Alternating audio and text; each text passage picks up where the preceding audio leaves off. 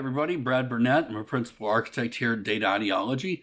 I've been working in the data cloud and AI spaces for about 19 years now. I've spent the last 5 pretty heavily in Snowflake, and just want to go over 2 different kinds of nulls that you run into in Snowflake, right? So there's JSON nulls and there's SQL nulls, and one of the 2 of them will gaslight you.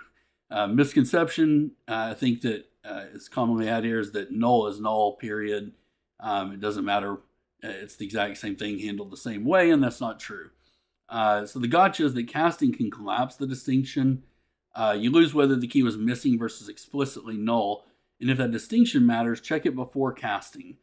You can check it with is null value and key existence checks. So let's sort of go through that here in this demo. I'll go ahead and set my role warehouse database schema, double check them, make sure they're correct.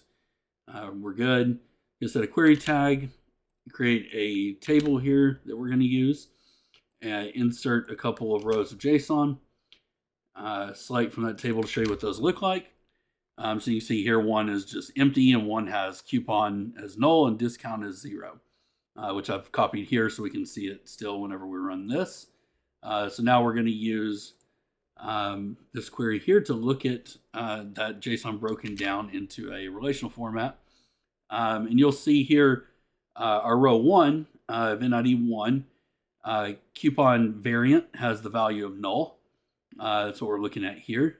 And if we look at type of payload coupon, it's a null value. If we look at is null value of payload coupon, we get true.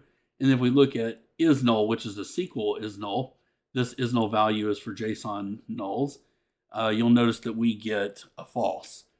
And if we look at row 2 here where it actually doesn't exist, right? Like there's no coupon here, we actually get nulls across the board, right? And we get true for is SQL null because it doesn't actually exist. So that's the difference we were talking about. Right here, we're actually, this JSON is actually telling us that coupon is null, whereas this one simply doesn't have it. So the doesn't have it, that's going to show up as a SQL null. If it's named as a null, it's really treated more like characters, and it will not be considered an actual null. It's only going to be considered a JSON null to SQL. And so that one can catch you up on your queries.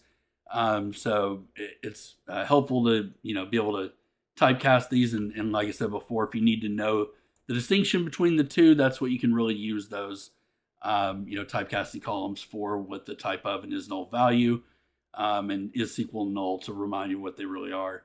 So that's it, guys. Thank you for watching. See you next time.